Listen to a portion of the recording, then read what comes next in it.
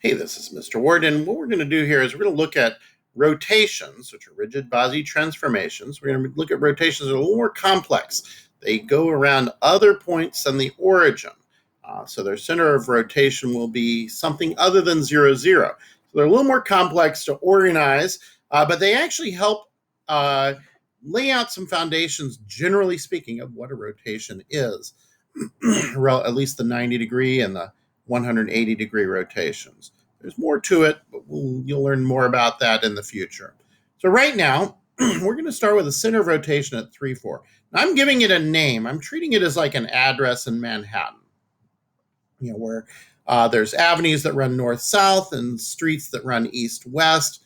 And so you can tell someone you're at 28th and 5th Avenue, 28th Street and 5th Avenue, and everyone knows where you are if you're in New York.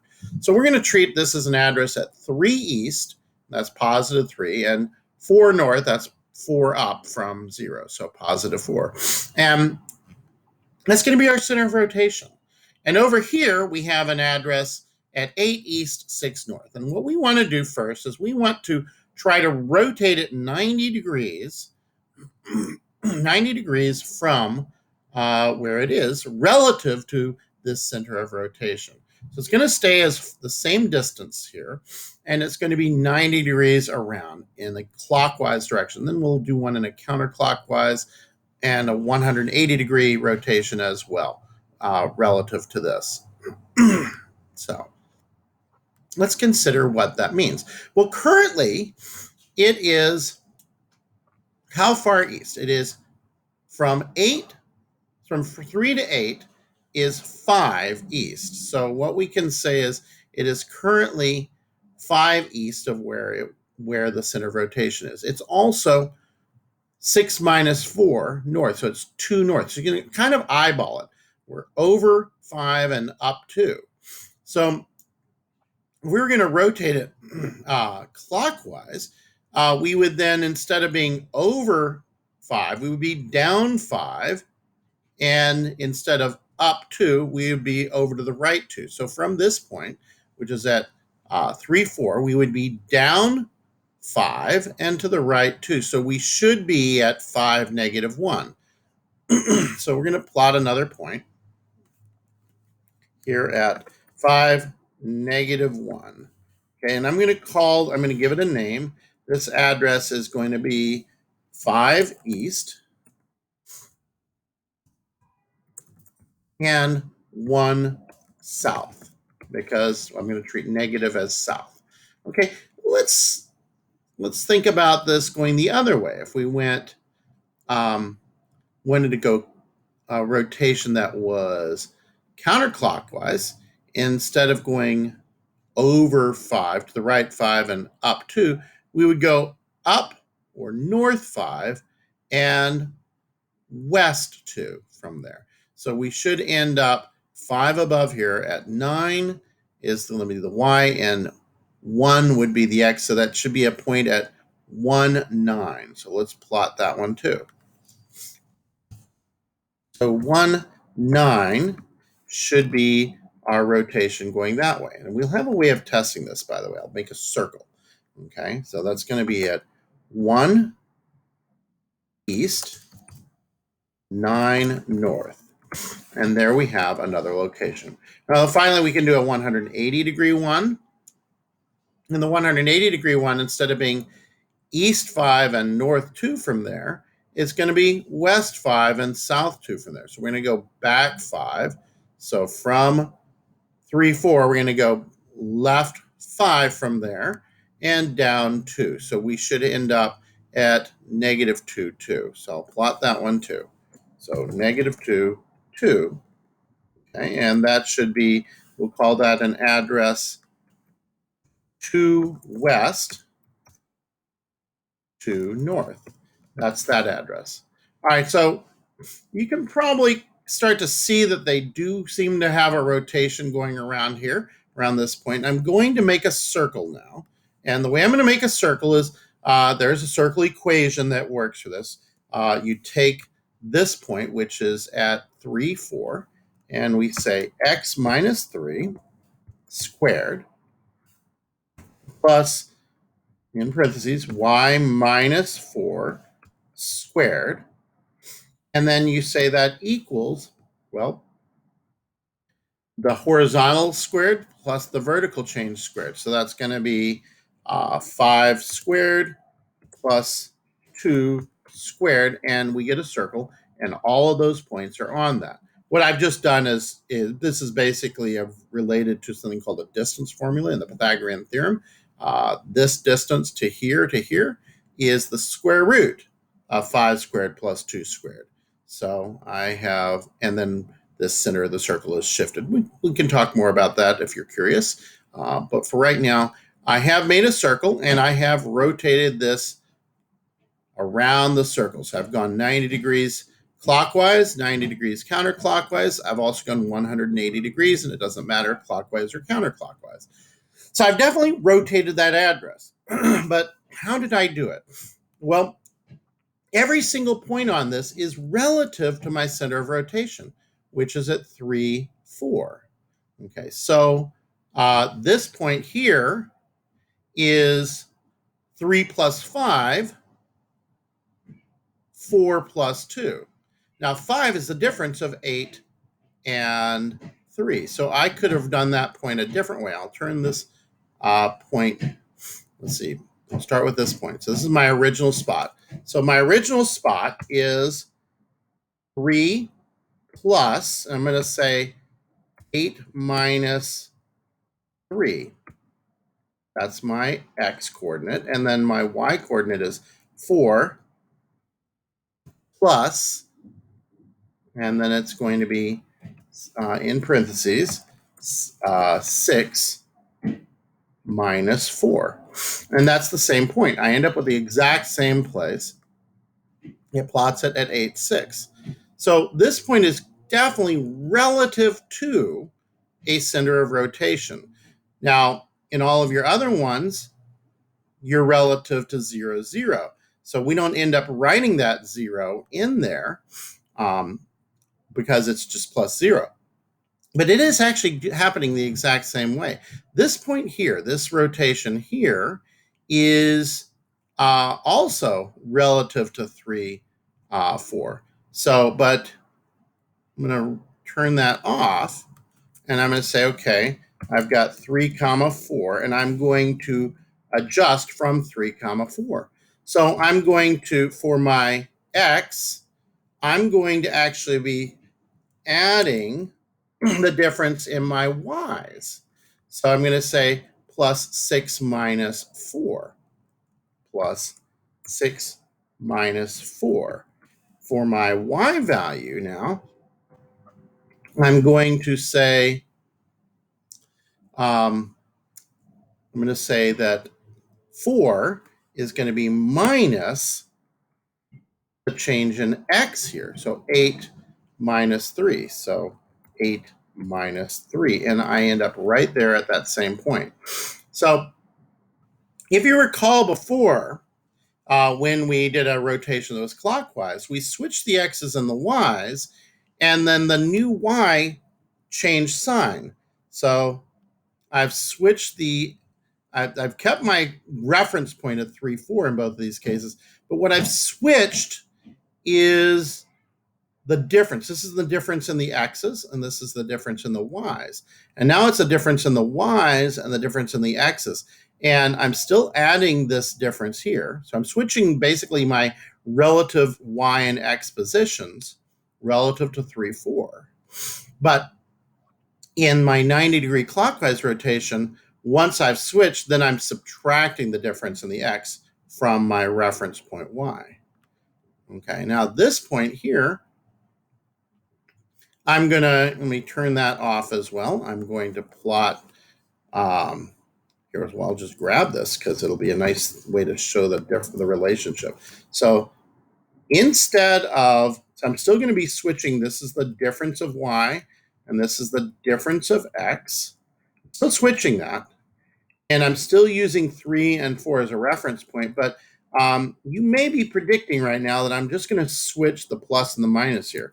So I'm going to subtract that difference of y from the x reference point, and I'm going to add that difference of that difference of x to the y reference point.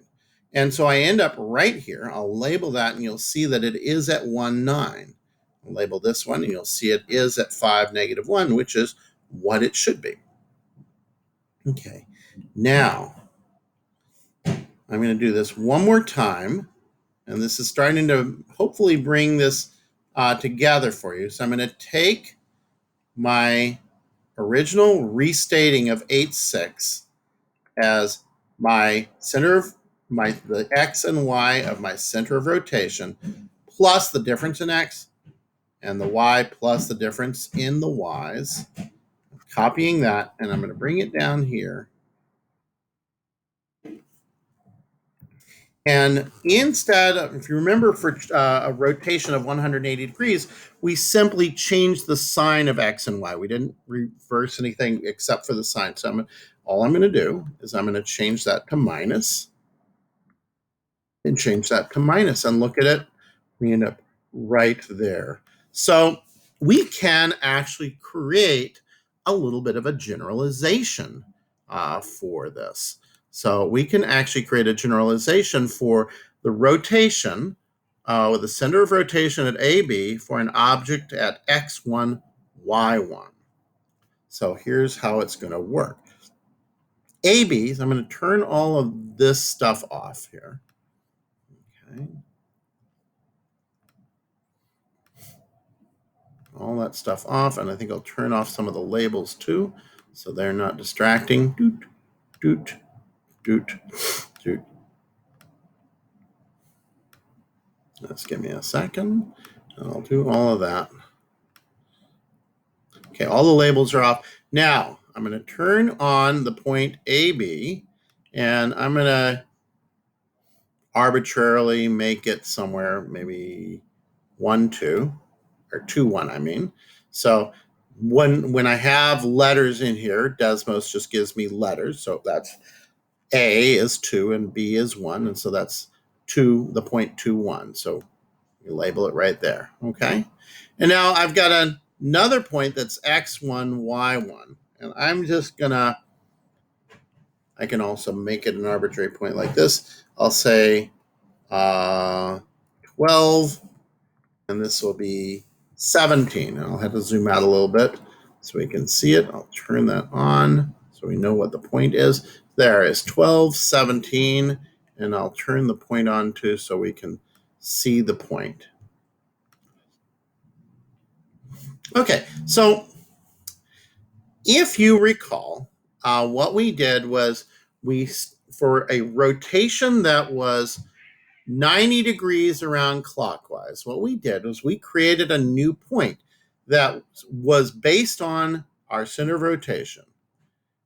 And then we added the difference, okay, for just our object. We just added the difference in the x's to the x to this A part, and we added the differences in the y's to the y part of our center of rotation.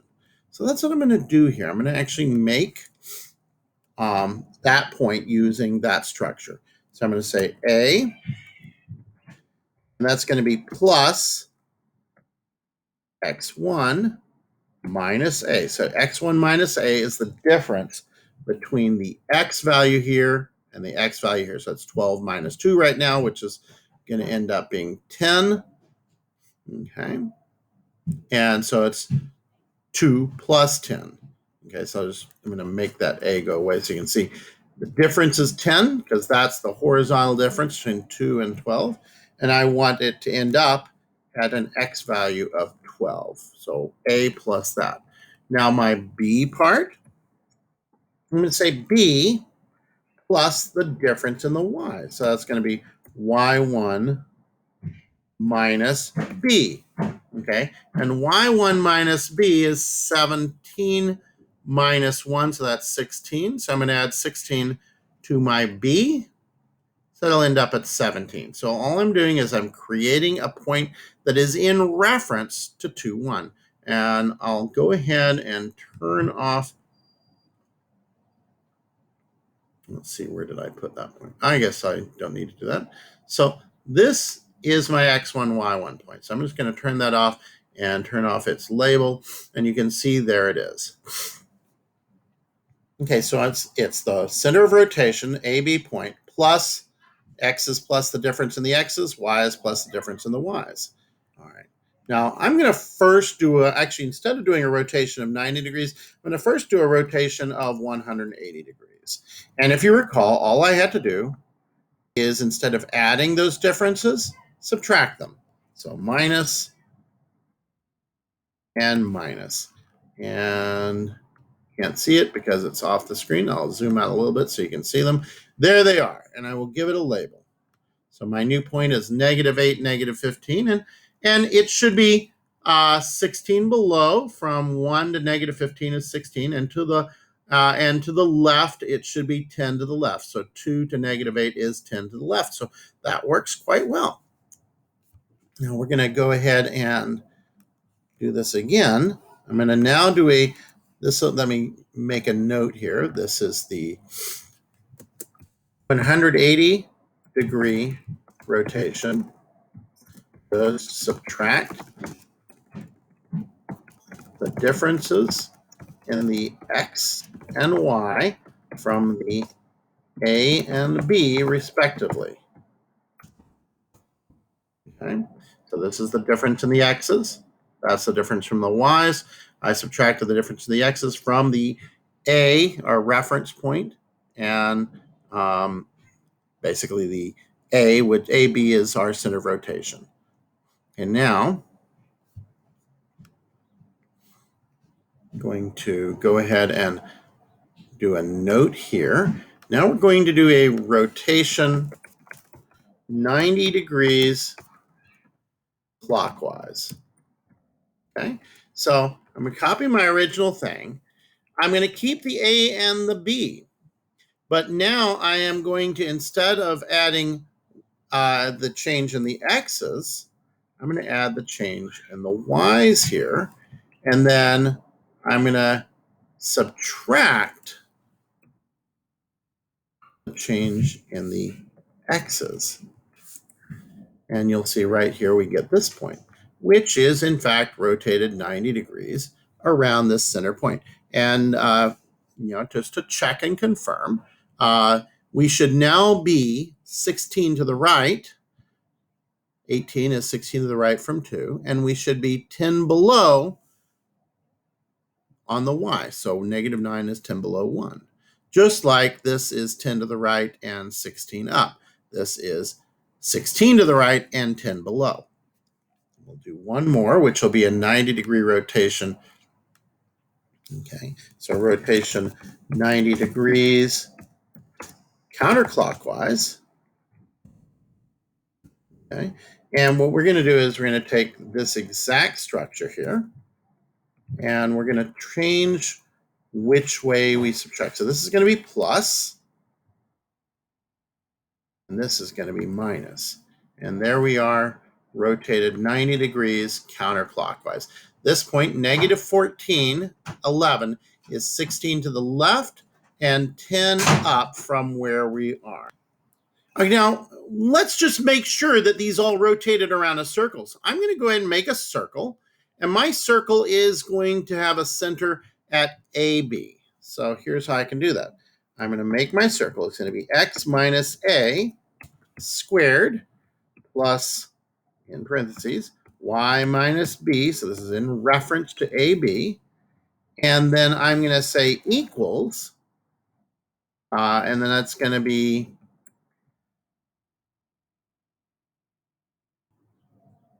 x1 minus a squared plus y1 minus b squared. And there's my circle. I've made a circle that shows that we're rotating completely around all of this. And if you got a line that went this way and you got a protractor out, you would find that it was a 90 degree rotation in each direction. So let's take a look and try this with a triangle. Okay, that's going to take a little bit more doing, but let me just recap with all of these. So I started off by creating my object point at, so using my center of rotation at AB, I added the difference in the x's between my center of rotation and my object, and the difference in the y's from my center of rotation to the object. So I added that. That gets me my object point. It's another way of saying my object point at 1217 in this case. Okay. And then when I rotated at 180 degrees, instead of adding those differences, I subtracted them. When I wanted to rotate 90 degrees clockwise, instead of adding the difference in the x's to A, I added the difference in the y's. And instead of adding the difference in the y's to B, I now subtracted the difference in the x's. So it needed to go in the other direction.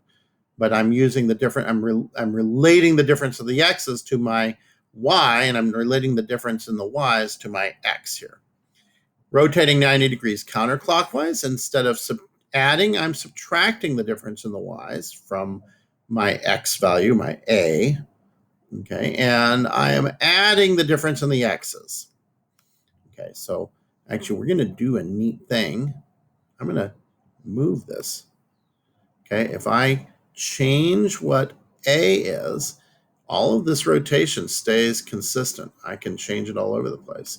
I can change B. Okay, I could change the X. Now, and all the rotations, this generalization will work for any X and Y and any A and B that we work with.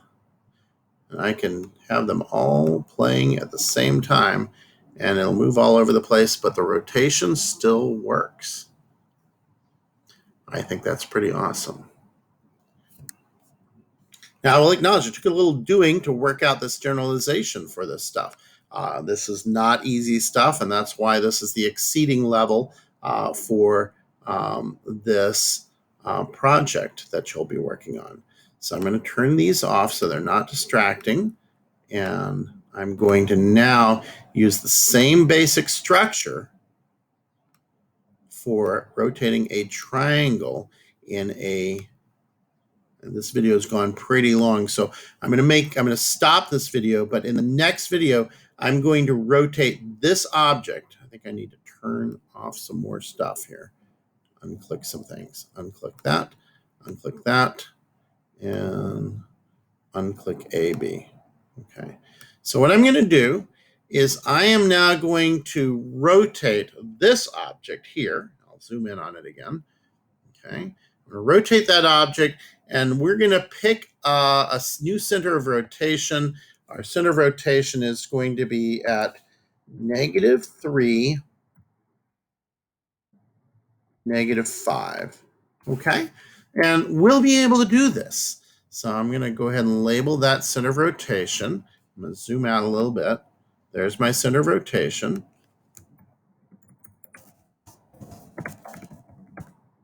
-3, -5. Okay. And I've got my points here. I'm going to go ahead and turn that into a triangle now. So it's all ready for the next video. And what I'm going to do is I'm going to rotate that 90 degrees clockwise, 90 degrees counterclockwise, and 180 degrees around this center point. All right, I'm going to stop this video, and that'll be video number 3.